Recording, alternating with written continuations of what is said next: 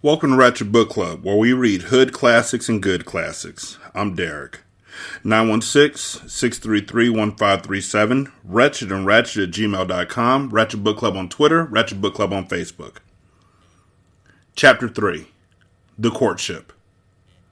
Four of them met in the great council room of the castle. Prince Humperdinck, his confidant Count Rugen, his father, aged King Lothlorien, and Queen Bella, his evil stepmother. Queen Bella was shaped like a gumdrop and colored like a raspberry. She was easily the most beloved person in the kingdom and had been married to the king long before he began mumbling. Prince Humperdinck was but a child then, and since the only stepmothers he knew were the evil ones from stories, he always called Bella that, or ES for short. "All right," the prince began when they were all assembled. "Who do I marry? Let's pick a bride and get it done." Aging King Lothlorien said, "I've been thinking it's really getting to be about time for Humperdinck to pick a bride." He didn't actually so much say that as mumble it. I being mumble mumble, humble mumble, ima mumble. Queen Bella was the only one who bothered ferreting out his meanings anymore. "You couldn't be righter, dear," he said, and she patted his royal robes. "What did he say?" "He said whoever we decided on would be getting a thunderously handsome prince for a lifetime companion." "Tell him he's looking quite well himself," the prince returned. "We've only just changed Miracle Men," the queen said. "That accounts for the improvement." "You mean he fired Miracle Max?" Prince Humperdinck said. "I thought he was the only one left." "No, we found another one up in the mountains, and he's quite extraordinary. Old, of course, but then who wants a young Miracle Man?" "Tell him I changed Miracle Men," King Lothlorien said. "It came out tell mumble mumble mumble." "What did he say?" the prince wondered. "He said a man of your importance couldn't marry just any princess." True, Prince Humperdinck said. He sighed deeply. "I suppose that means Narina." "That would certainly be a perfect match politically," Count Rugen allowed. Princess Narina was from Gilder, the country that lay just across Florin Channel. In Gilder, they put it differently. For them, Florin was a country on the other side of the channel of Gilder. In any case, the two countries have stayed alive over the centuries mainly by warring on each other. There had been the Olive War, the tuna fish discrepancy, which almost bankrupted both nations, the Roman Rift, which did send them both into insolvency, only to be followed by the discord of the Emeralds, in which they got rich again, chiefly by banding together for a brief period and robbing everyone within sailing distance. "I wonder if she hunts, though," said Humperdinck. "I don't care so much about personality, just thought her good with a knife." "I saw her several years ago," Queen Bella said. "She seemed lovely, though hardly muscular. I would describe her more as a knitter than a doer. But again, lovely." "Skin?" asked the prince. "Marble-ish," answered the queen. "Lips?" "Number or color?" asked the queen. "Color, yes." "Rosish. Cheeks the same. Eyes largish, one blue, one green." Said Humperdinck. "And form?" "Hourglasses, always clothed divinishly, and of course famous throughout Gilder for the largest hat collection in the world." "Well, let's bring her over here for some state occasions and have a look at her," said the prince. "Isn't there a princess in Gilder that will be about the right age?" said the king. It came out mumsess gullible, bumble mumble. "Are you never wrong?" said Queen Bella, and she smiled into the weakening eyes of her ruler. "What did he say?" wondered the prince. "That I should leave this very day with an invitation," replied the queen. So began the great visit of the Princess Narina. Me again. Of all the cuts in this version, I feel most justified in making this one. Just the chapters on whaling and Moby Dick can be omitted by all but the most punishment-loving readers, so the packing scenes that Morgenstern details here are really best left alone. That's what happens for the next 56 and a half pages of The Princess Bride. Packing. I include unpacking scenes in the same category. What happens is just this.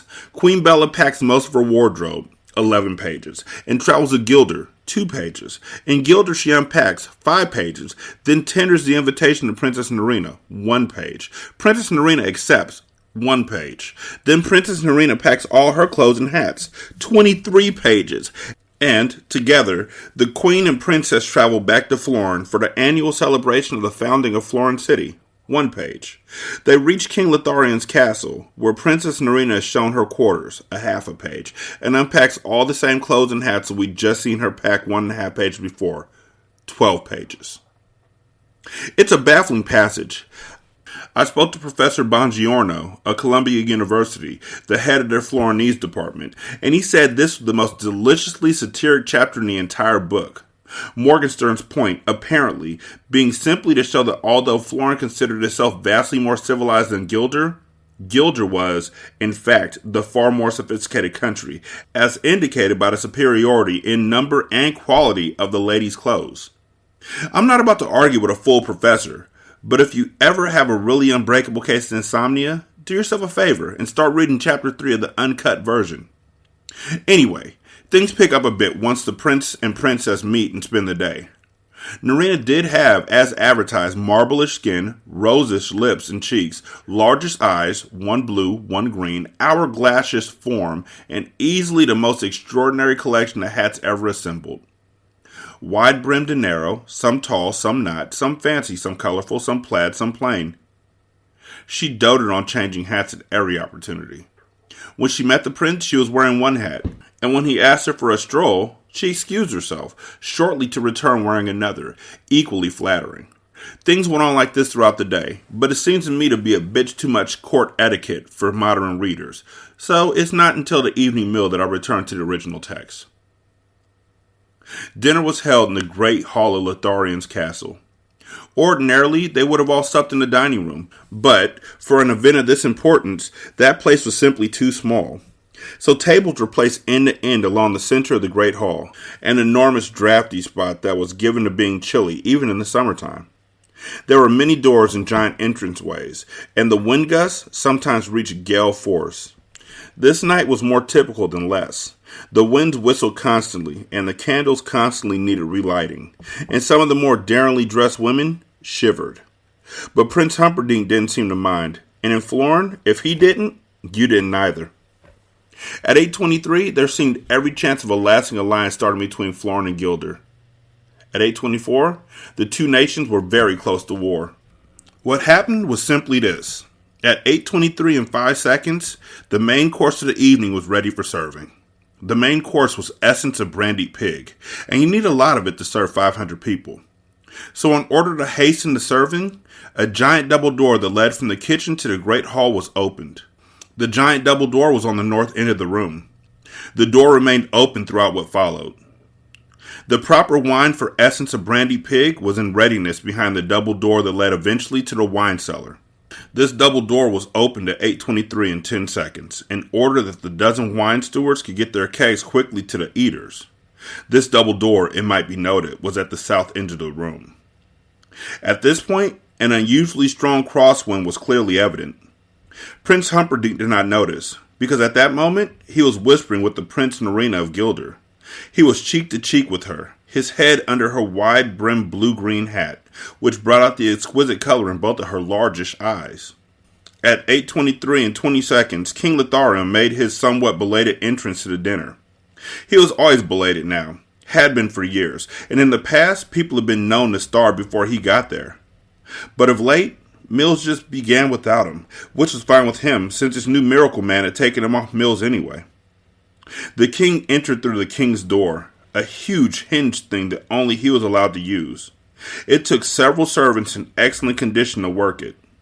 It should be reported that the king's door was always in the east side of any room, since the king was, of all people, closest to the sun. What happened then has been variously described as a norther or southwester, depending on where you were seated in the room where it struck, but all hands agree on one thing. At 8:23 and 25 seconds, it was pretty gusty in the great hall. Most of the candles lost their flames and toppled, which was only important because a few of them fell, still burning, into the small kerosene cups that are placed here and there across the banquet table so the essence of branding pig could be properly flaming when served. Servants rushed in from all over to put out the flames, and they did a good enough job, considering that everything in the room was flying this way, that way, fans and scarves and hats. particularly the hat of Princess Narina. It flew off to the wall behind her, where she quickly retrieved it and put it properly on. That was at 8:23:50. It was too late. At 8:23:55, Prince Humperdinck rose roaring, the veins in his thick neck etched like hemp. There were still flames in some places, and their redness reddened his already blood-filled face. He looked, as he stood there, like a barrel on fire. He then said to Princess Narina of Gilder the 5 words that brought the nations to the brink. "Madam, feel free to flee." And with that, he stormed from the great hall. The time was then 8:24. Prince Humperdinck made his angry way to the balcony above the great hall and stared down at the chaos. The fires were still in places flaming red. Guests were pouring out through the doors, and Princess Narina, hatted and faint, was being carried by her servants far from view. Queen Bella finally caught up with the prince, who stormed along the balcony, clearly not yet in control. "I do wish you hadn't been quite so blunt," Queen Bella said. The prince whirled on her. "I'm not marrying any bald princess, and that's that." "No one would know," Queen Bella explained. "She has hats even for sleeping." "I would know," cried the prince. "Did you see the candlelight reflecting off her skull?" "But things would have been so good with Gilder," the queen said, addressing herself half to the prince, half to Count Rugen, who now joined them. "Forget about Gilder. I'll conquer it sometime. I've been wanting to ever since I was a kid anyway." He approached the queen. "People snicker behind your back when you have a bald wife, and I can do without that, thank you." "You'll just have to find someone else." "Who?" "Find me someone. She should just look nice, that's all." "That Narina has no hair," King Litharian said, puffing up to the others. "Narumble mumble humble." "Thank you for pointing that out, dear," said Queen Bella. "I don't think Humperdinck will like that," said the king. Dumble humble mumble. Then Count Rugen stepped forward. "You want someone who looks nice. But what if she's a commoner?" "The commoner the better," Prince Humperdinck replied, pacing again. "What if she can't hunt?" the count went on. "I don't care if she can't spell," the prince said. Suddenly he stopped and faced them all.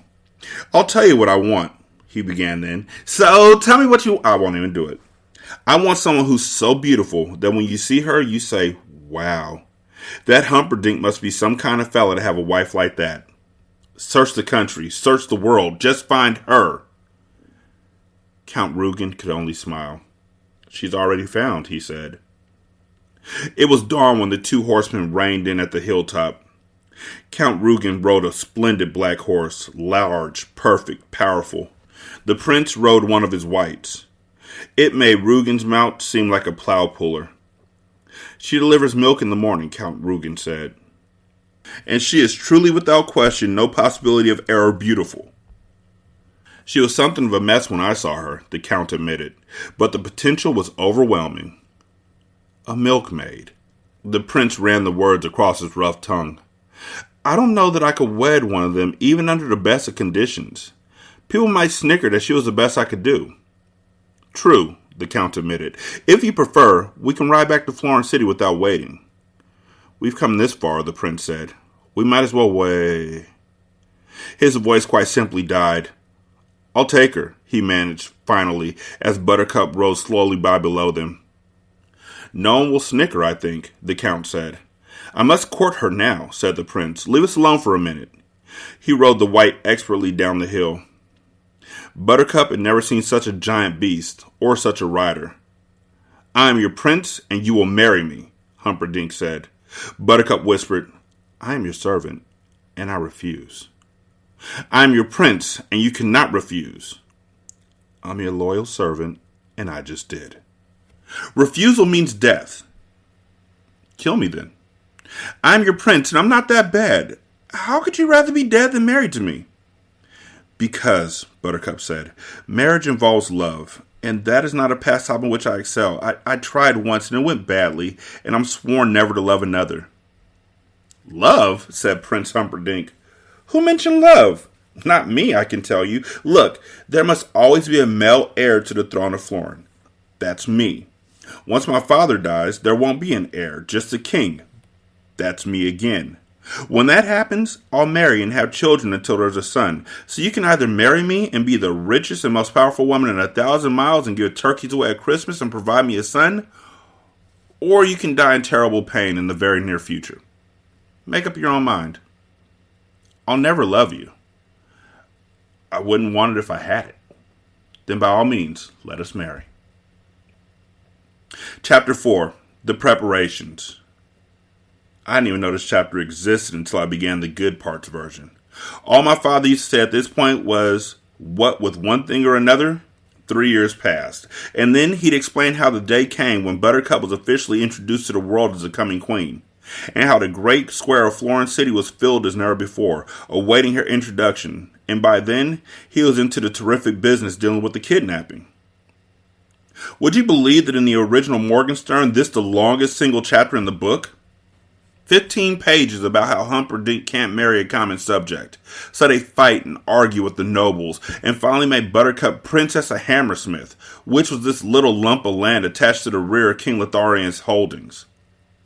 Then the Miracle Man began improving King Lotharian, and 18 pages are used up in describing the cures. Morgenstern hated doctors and was always bitter when they outlawed miracle men from working in Florin proper. In 72, count 'em, 72 pages on the training of a princess. He follows Buttercup day to day, month to month, as she learned all the ways of curtsying and tea pouring and how to address visiting nabobs and all of that. All of this in a satiric vein, naturally, since Morgenstern hated royalty even more than doctors. But from a narrative point of view, in 105 pages, nothing happens, except this. What with one thing or another? 3 years passed. Chapter 5, The Announcement. So, this is me, not Morgenstern. This is actually me talking. I want to let y'all know that Chapter 5 is literally 114 pages long. Yeah, just Chapter 5. So, obviously, Chapter 5 is not going to be read in one sitting. I hope you know that. I'm going to try and get us to a spot where it's good to stop, and then we'll continue it in the next episode. But it's 114 pages long.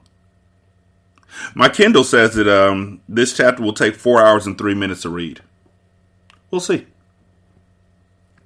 The great square of Florence City was filled as never before, awaiting the introduction of Prince Humperdinck's bride-to-be, Prince Buttercup of Hammersmith.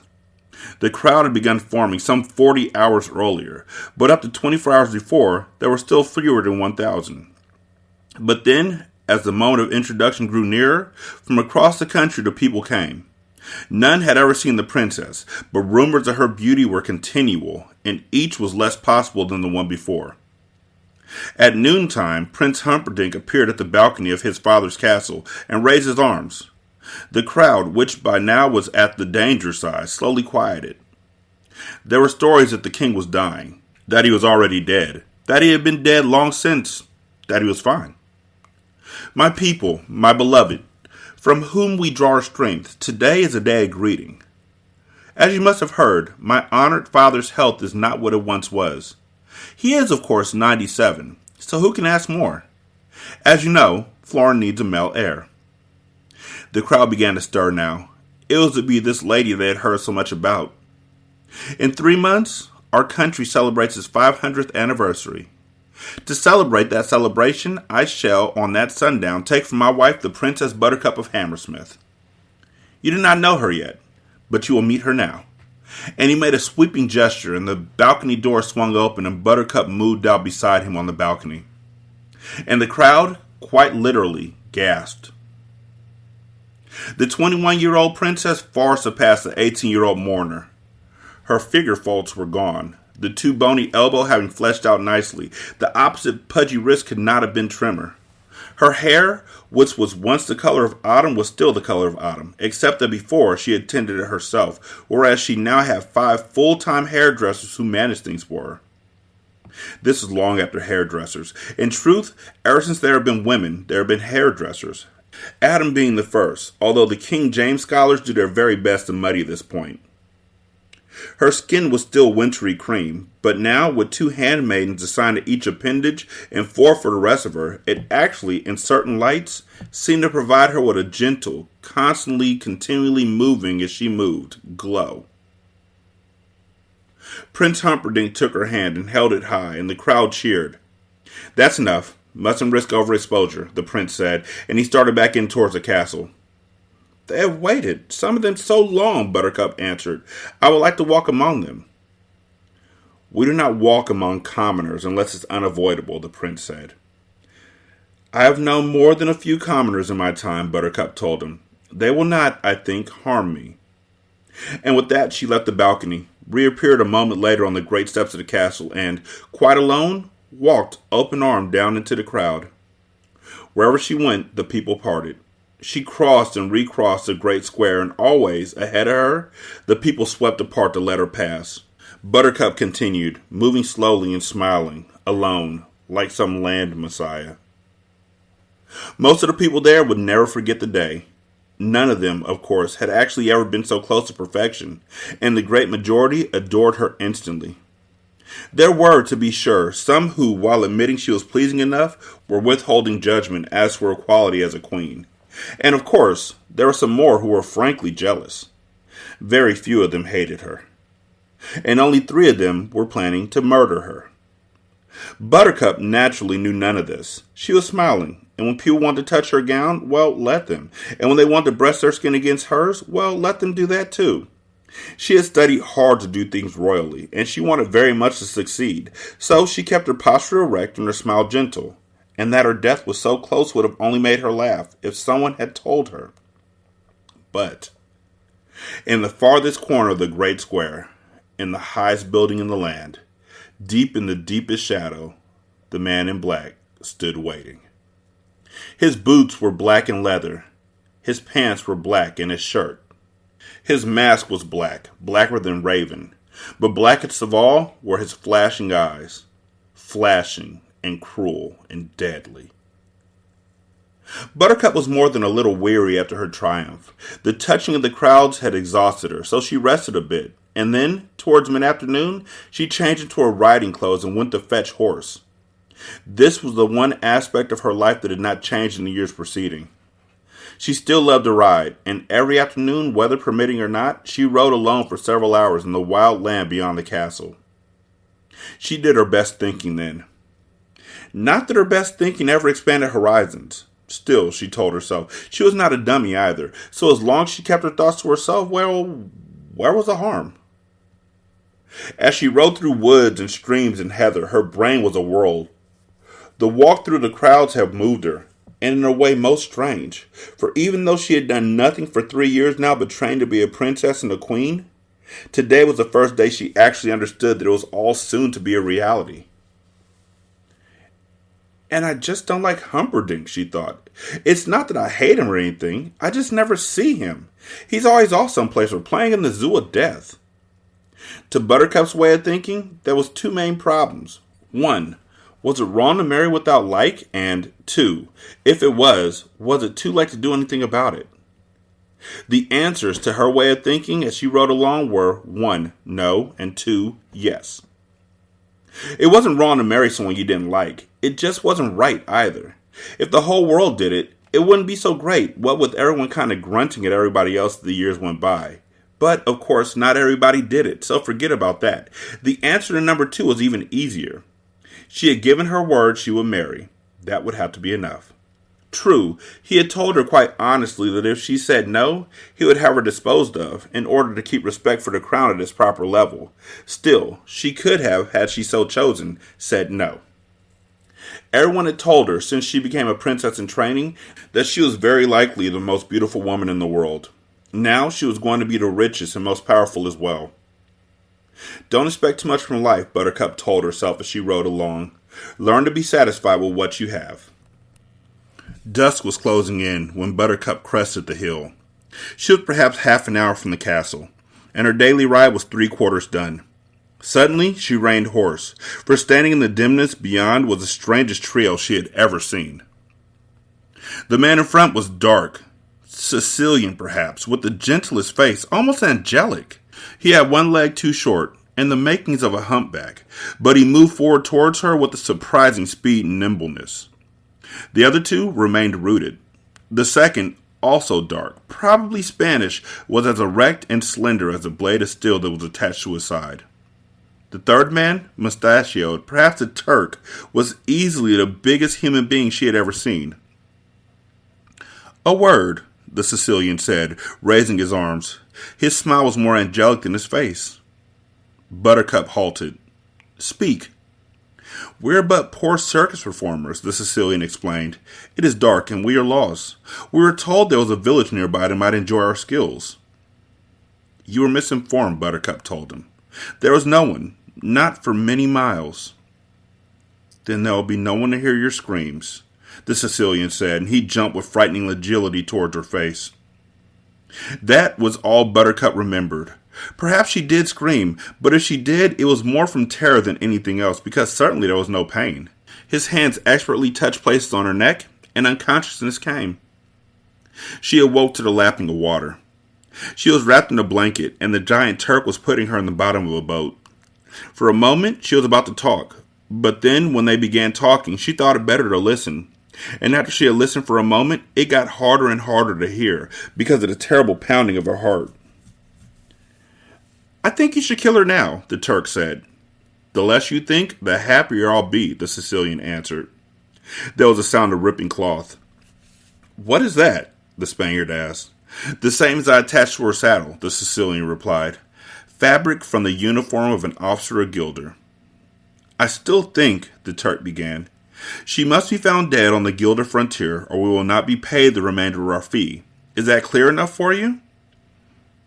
"I just feel better when I know what's going on, that's all," the Turk mumbled. "People are always thinking I'm so stupid because I'm big and strong, and sometimes I drool a little when I get excited."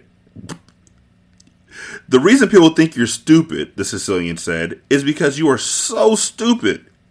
It has nothing to do with your drooling." Then came the sound of a flapping of sail. "Watch your head," the Spaniards cautioned, and then the boat was moving. "The people of Foreign will not take her death well, I shouldn't think. She's become beloved." "There will be war," the Sicilian agreed, "and we've been paid to start it. It's a fine line of work to be expert in. If we do this right, there'll be a continual demand for our services." "Well, I don't like it all that much," the Spaniard said. "Frankly, I wish you had refused." "The offer was too high." "I don't like killing a girl," the Spaniard said. "God does it all the time. If it doesn't bother him, don't let it worry you." Throughout all of this, Buttercup had not moved. The Spaniard said, "Let's just tell her we're taking her away for ransom." The Turk says, "She's so beautiful and she'd go all crazy if she knew." "She knows already," the Sicilian said. "She's been awake for every word of this." Buttercup lay under the blanket, not moving. How could he have known that, she wondered. "How can you be sure?" the Spaniard asked. "The Sicilian senses all," the Sicilian said. Conceited, Buttercup thought. "Yes, very conceited," the Sicilian said. He must be a mind reader, Buttercup thought. "Are you giving it full sail?" the Sicilian said. "As much as is safe," the Spaniard answered from the tiller. "We have an hour on them, so no risk yet. It'll take our horse perhaps 27 minutes to reach the castle. A few minutes more for them to figure out what had happened, and, since we left an obvious trail, they should be after us within an hour. We should reach the cliffs in 15 minutes more, and, with any luck at all, the Gilder frontier at dawn, when she dies. Her body should be quite warm when the prince reaches her mutilated form. I only wish we could stay for his grief. It should be Homeric." "Why does he let me know his plans?" Buttercup wondered. "You're going back to sleep now, my lady," the Spaniard said, and his fingers were subtly touching her temple, her shoulder, her neck, and she was unconscious again. Buttercup did not know how long she was out, but they were still in the boat when she blinked, the blanket shielding her. And this time, without daring to think, the Sicilian would have known it somehow, she threw the blanket aside and dove deep into the Florin Channel. She stayed under for as long as she dared, and then surfaced, starting to swim across the moonless water with every ounce of strength remaining in her. Behind her, in the darkness, there were cries. Go in, from the Sicilian. Only dog paddle, from the Turk. You're better than I am, from the Spaniard. Buttercup continued to lead them behind her. Her arms ached from effort, but she gave them no rest. Her legs kicked and her heart pounded. I can hear her kicking, the Sicilian said. Veer left. Buttercup went into her breaststroke, silently swimming away. Where is she? Shrieked the Sicilian. The sharks will get her. Don't worry, cautioned the Spaniard. Oh dear, I wish you hadn't mentioned that, thought Buttercup. Princess, the Sicilian called, do you know what happens to sharks when they smell blood in the water? They go mad. There's no controlling their wildness. They rip and shred and chew and devour, and I'm in a boat, Princess, and there isn't any blood in the water now, so we're both quite safe. But there is a knife in my hand, my lady, and if you don't come back, I'll cut my arms and I'll cut my legs and I'll catch the blood in a cup and I'll fling it as far as I can, and sharks can smell blood in the water for miles. And you won't be beautiful for long. Buttercup hesitated, silently treading water. Around her now, although it was surely her imagination, she seemed to be hearing the swish of giant tails. Come back, and come back now. There will be no other warning. Buttercup thought, if I come back, they'll kill me anyway, so what's the difference? The difference is, there he goes doing that again, thought Buttercup. He really is a mind reader. If you come back now, the Sicilian went on, I give you my word as a gentleman and assassin that you'll die totally without pain. I assure you, you'll get no such promise from the sharks. The fish sounds in the night were closer now. Buttercup began to tremble with fear. She was terribly ashamed of herself, but there it was. She only wished she could see for a moment if there were really sharks and if he would really cut himself. The Sicilian winced out loud. He just cut his arm, lady, the Turk cried out. He's catching the blood in the cup now. There must be a half-inch of blood on the bottom. The Sicilian winced again. He cut his leg this time, the Turk went on. The cup is getting full. I don't believe them, Buttercup thought. There are no sharks in the water, and there is no blood in his cup. My arm is back to throw, the Sicilian said. Call out your location or not, the choice is yours. I'm not making a peep, Buttercup decided. Farewell, from the Sicilian. There was a splashing sound of liquid landing on liquid. Then there came a pause. Then the sharks went mad. She does not get eaten by the sharks at this time, my father said. I looked up at him. What? You looked like you were getting too involved and bothered, so I thought I would let you relax. Oh, for Pete's sake, I said. You'd think I was a baby or something. What kind of stuff is that? I really sounded put out, but I'll tell you the truth. I was getting a little too involved, and I'm glad he told me. I mean, when you're a kid, you don't think. Well, since the book's called The Princess Bride, and since we're barely into it, obviously, the author's not about to make shark kibble out of his leading lady. You get hooked on things when you're a youngster. So, to any youngsters reading, I'll simply repeat my father's words since they work to soothe me. She does not get eaten by the sharks at this time. Then the sharks went mad. All around her, Buttercup could hear them beeping and screaming and thrashing their mighty tails. Nothing could save me, Buttercup realized. I'm a dead cookie. Fortunately for all concerned, save the shark, it was around this time the moon came out. There she is, shouted the Sicilian, and like lightning the Spaniard turned the boat, and as the boat drew close, the Turk reached out a giant arm, and then she was back in the safety of her murderers, while all around them, the sharks bumped each other in wild frustration. Keep her warm, the Spaniard said from the tiller, tossing his cloak to the Turk. Don't catch cold, the Turk said, wrapping Buttercup into the cloak's folds. Doesn't seem to matter all that much, she answered, seeing you're killing me at dawn. He'll do the actual work, the Turk said, indicating the Sicilian, who was wrapping cloth around his cuts. We'll just hold you. Hold your stupid tongue, the Sicilian commanded.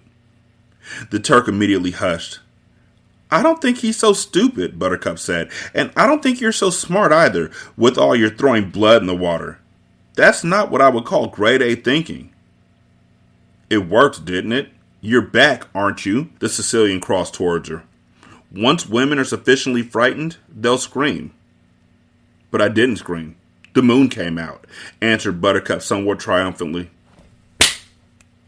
The Sicilian struck her. Enough of that. the Turk said then. The tiny humpback looked dead at the giant. Do you want to fight me? I don't think you do. No, sir, the Turk mumbled. No, but don't use force.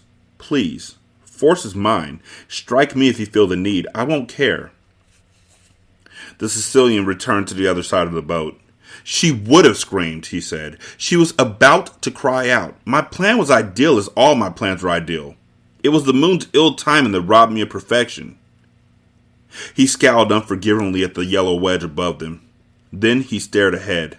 There, the Sicilian pointed, the cliffs of insanity. And there they were, rising straight and sheer from the water, 1,000 feet into the night. They provided the most direct route between Florin and Gilder, but no one had ever used them, sailing instead the long way, many miles around. Not that the cliffs were impossible to scale. 2 men were known to have climbed them in the last century alone. Sail straight for the steepest part, the Sicilian commanded. The Spaniard said, I was. Buttercup did not understand. Going up the cliffs could hardly be done, she thought, and no one had ever mentioned secret passages through them. Yet here they were, sailing closer and closer to the mighty rocks, now surely less than a quarter mile away. For the first time, the Sicilian allowed himself a smile. All is well. I was afraid your little jaunt in the water was going to cost me too much time. I had allowed an hour of safety. There must still be 50 minutes of it left. We're miles ahead of anybody and safe, safe, safe. No one could be following us yet, the Spaniard asked. No one, the Sicilian assured him. It would be inconceivable. Absolutely inconceivable? Absolutely, totally, and in all other ways inconceivable, the Sicilian reassured him. Why do you ask? No reason, the Spaniard replied. It's only that I happened to look back and something's there. They all whirled. Something was indeed there. Less than a mile behind them across the moonlight was another sailing boat. Small, and painted what looked like black, with a giant sail that billowed black in the night, and a single man at the tiller. A man in black. The Spaniard looked at the Sicilian. It must just be some local fisherman out for a pleasure cruise alone at night through shark-infested waters. There's probably a more logical explanation, the Sicilian said, but since no one in Gilder could know yet what we've done, and no one in Florin could have gotten here so quickly, he is definitely not, however much it might seem, following us. It is coincidence and nothing more. He's gaining on us, the Turk said. That is also inconceivable, the Sicilian said. Before I stole this boat we're in, I made many inquiries as to what was the fastest ship on all of Florin Channel, and everyone agreed it was this one. You're right, the Turk agreed, staring back. He isn't gaining on us. He's just getting closer, that's all. It's the angle we're looking from and nothing more, said the Sicilian. Buttercup could not take her eyes from the great black sail. Surely the 3 men she was with frightened her, but somehow, for reasons she could never begin to explain, the man in black frightened her more. All right, look sharp, the Sicilian said then, just a drop of edginess in his voice. The cliffs of insanity were very close now. The Spaniard maneuvered the craft expertly, which was not easy, and the waves were rolling in towards the rocks now, and the spray was blinding. Buttercup shielded her eyes and put her head straight back, staring up into the darkness towards the top, which seemed shrouded and out of reach. Then the humpback bounded forward, and as the ship reached the cliff face, he jumped up, and suddenly there was a rope in his hand. Buttercup stared in silent astonishment. The rope, thick and strong, seemed to travel all the way up the cliffs. As she watched, the Sicilian pulled at the rope again and again, and it held firm. It was attached to something at the top. A giant rock, a towering tree, something. Fast now, the Sicilian ordered. If he's following us, which of course is not within the realm of human experience, but if he is, we've got to reach the top and cut the rope off before he can climb up after us. Climb, Buttercup said. I would never be able to. Hush, the Sicilian ordered her. Get ready, he ordered the Spaniard. Sink it, he ordered the Turk. And then everyone got busy. The Spaniard took a rope, tied Buttercup's hands and feet. The Turk raised a great leg and stomped down at the center of the boat, which gave way immediately and began to sink. Then the Turk went to the rope and took it in his hands. Load me, the Turk said. The Spaniard lifted Buttercup and draped her body around the Turk's shoulders.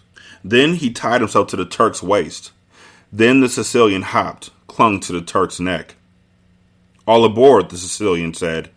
This was before trains, but the expression comes originally from carpenters loading lumber, and this was well after carpenters. With that, the Turk began to climb. It was at least 1,000 feet, and he was carrying the 3, but he was not worried. When it came to power, nothing worried him. When it came to reading, he got knots in the middle of his stomach, and when it came to writing, he broke out in a cold sweat, and when addition was mentioned, or worse, long division, he always changed the subject right away. But strength had never been his enemy. He could take the kick of a horse on his chest and not fall backwards. He could take 100-pound flour sack between his legs and scissor it open without thinking. He had once held an elephant aloft using only the muscles in his back. But his real might lay in his arms. There had never, not in 1,000 years, been arms to match Fezzik's, for that was his name. The arms were not only gargantuan and totally obedient and surprisingly quick, but they were also, and this is why he never worried, tireless. If you gave him an axe and told him to chop down a forest, his legs might give out from having to support so much weight for so long. Or the axe might shatter from the punishment of killing so many trees. But Fezzik's arms would be as fresh tomorrow as today. And so, even with the Sicilian on his neck, and the princess around his shoulders, and the Spaniard at his waist, Fezzik did not feel in the least bit put upon. He was actually quite happy, because it was only when he was requested to use his might that he felt that he wasn't a bother to anybody. Up he climbed, arm over arm over arm. 200 feet now above the water, 800 feet now to go. More than any of them, the Sicilian was afraid of heights. All of his nightmares, and they were never far from him when he slept, dealt with falling. So, this terrifying ascension was most difficult for him, perched as he was on the neck of the giant, or should have been most difficult, but he would not allow it. From the beginning, when as a child he realized his humped body would never conquer worlds, he relied on his mind. He trained it, fought it, brought it to heel. So now, 300 feet in the night and rising higher, while he should have been trembling, he was not. Instead, he was thinking of the man in black. There was no way anyone could have been quick enough to follow them. And yet from some devil's world, that billowing black sail had appeared. How? How? The Sicilian flogged his mind to find an answer, but he found only failure. In wild frustration, he took a deep breath and, in spite of his terrible fears, he looked back down towards the dark water. The man in black was still there, sailing like lightning towards the cliffs. He could not have been more than a quarter mile from them now. Faster, the Sicilian commanded. I'm sorry, the Turk answered meekly. I thought I was going faster. Lazy, spurred the Sicilian. I'll never improve, the Turk answered, but his arms began to move faster than before. I cannot see too well because your feet are locked around my face, he went on. So could you please tell me if we're halfway yet? A little over, I should think, said the Spaniard from his position around the giant's waist. You're doing wonderfully, Fezzik. Thank you, said the giant. And he's closing on the cliffs, added the Spaniard. No one had to ask who he was. 600 feet now. The arms continued to pull, over and over. 620 feet. 650. Now faster than ever. 700. He's left his boat behind, the Spaniard said. He's jumped onto our rope. He's starting up after us. I can feel him, Fezzik said. His body weight on the rope. He'll never catch up, the Sicilian cried. Inconceivable. You keep using that word, the Spaniard snapped. I don't think it means what you think it does. Let's check.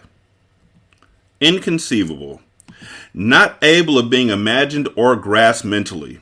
Unbelievable. So it is conceivable that the dude could catch up with him. So Spaniard's right, and the Sicilian is dumb. Well, he's not dumb, but in this, he's wrong. How fast is he at climbing? Fezzik said. I'm frightened, was the Spaniard's reply. The Sicilian gathered his courage again and looked down. The man in black seemed almost to be flying. Already he had cut their lead 100 feet, perhaps more. I thought you were supposed to be so strong, the Sicilian shouted. I thought you were this great mighty thing, and yet he gains. I'm carrying 3 people, Fezzik explained. He only has himself and... Excuses are the refuge of cowards, the Sicilian interrupted. He looked down again. The man in black had gained another 100 feet. He looked up now. The cliff tops were beginning to come into view. Perhaps 150 feet more, and they were safe. Tied hand and foot, sick with fear, Buttercup wasn't sure what she wanted to happen. Except this much she knew. She didn't want to go through anything like it again. Fly, Fezzik! The Sicilian screamed. 100 feet to go! Fezzik flew. He cleared his mind of everything but ropes and arms and fingers, and his arms pulled and his fingers gripped and the rope held tight and... He's over halfway, the Spaniard said. Halfway to doom is where he is, the Sicilian said. We're 50 feet from safety, and once we're there and I untie the rope, he allowed himself to laugh.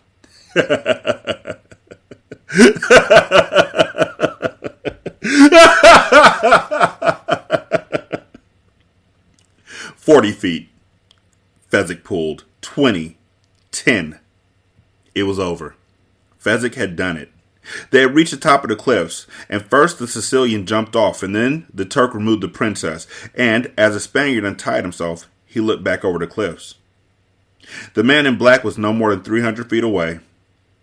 It seems a shame, the Turk said, looking down along the Spaniard. Such a climber deserves better than... He stopped talking then. The Sicilian had untied the rope from its knots around an oak.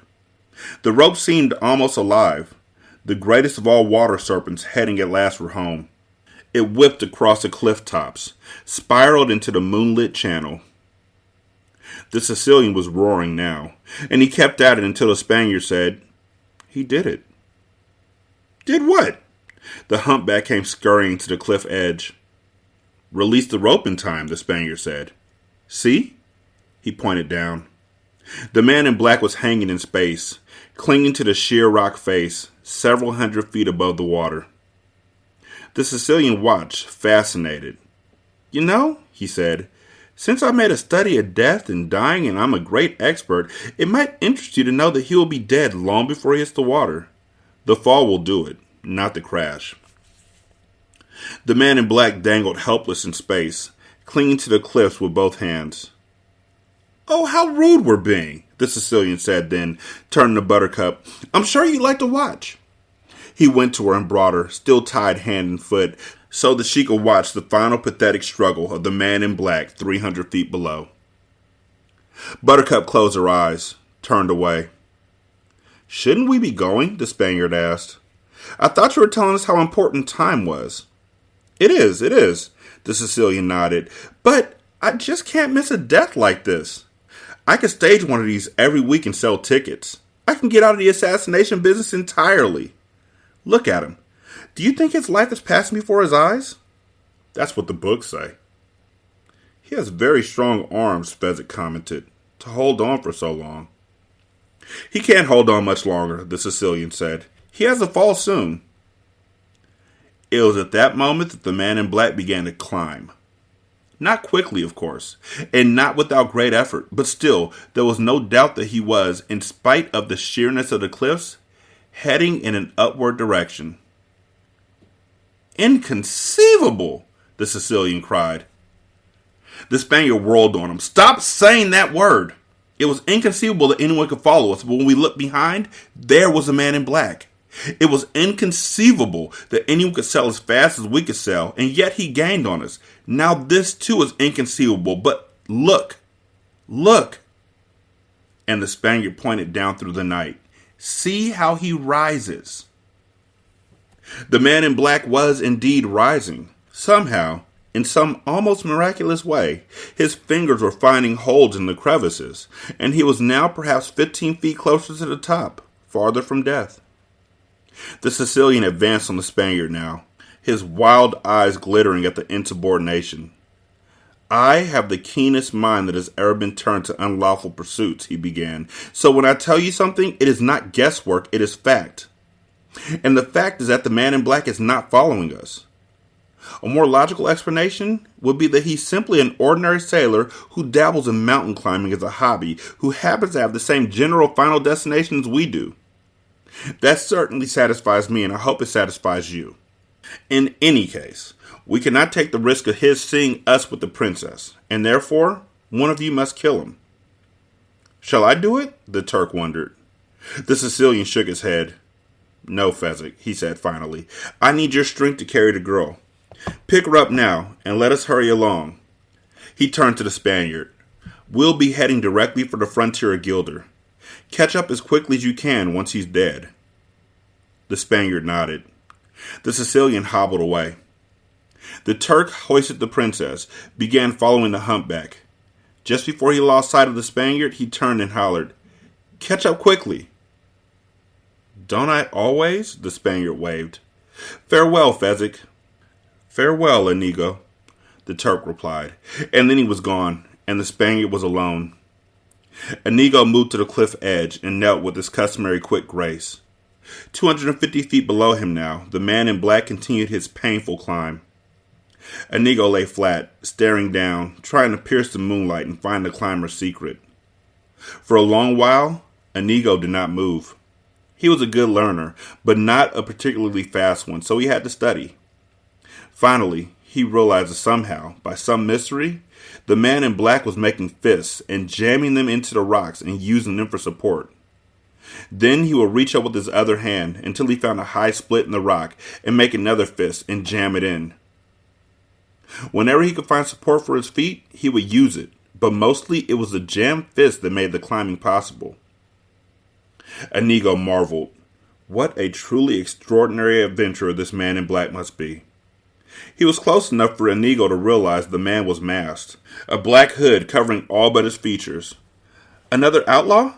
Perhaps. Then why should they have to fight, and for what? Inigo shook his head. It was a shame that such a fellow must die, but he had his orders, so there it was. Sometimes he did not like the Sicilian's commands, but what could he do? Without the brains of the Sicilian, he, Inigo, would never be able to command jobs of this caliber. The Sicilian was a master planner. Inigo was a creature of the moment. The Sicilian said kill him, so why waste sympathy on the man in black? Someday someone would kill Inigo, and the world would not stop to mourn. He stood now, quickly jumping to his feet, his blade-thin body ready for action. Only the man in black was still many feet away. There was nothing to do but wait for him. Inigo hated waiting. So, to make the time more pleasant, he pulled from the scabbard his great, his only love. The six-fingered sword. How it danced in the moonlight. How glorious and true. Inigo brought it to his lips, and with all the fervor in his great Spanish heart, kissed the metal. 916-633-1537, ratchetandratchet@gmail.com, Ratchet Book Club on Twitter, Ratchet Book Club on Facebook. Leave a review on Spotify. It only takes like a few seconds. Leave a review on Podchaser. Copy and paste that into Apple Podcasts and copy and paste that into the Good Pods app. You can donate to the show at patreon.com/singlesimulcast. You can also donate to the show at buymeacoffee.com/sscast. And on the Good Pods app, there's a tip jar. Thank y'all so much for listening. I really do love this book, and I hope y'all love it too. Let me know what you think.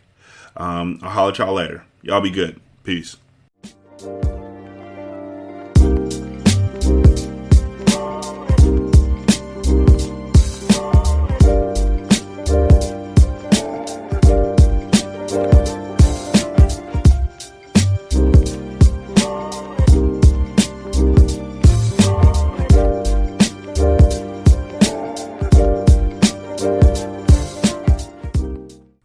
The intro and outro to Ratchet Book Club is by That Kid Garan, and it's called Goodbyes. You can email him at tkgbeats94@gmail.com for more information on how to lease this beat. This is Single Simulcast.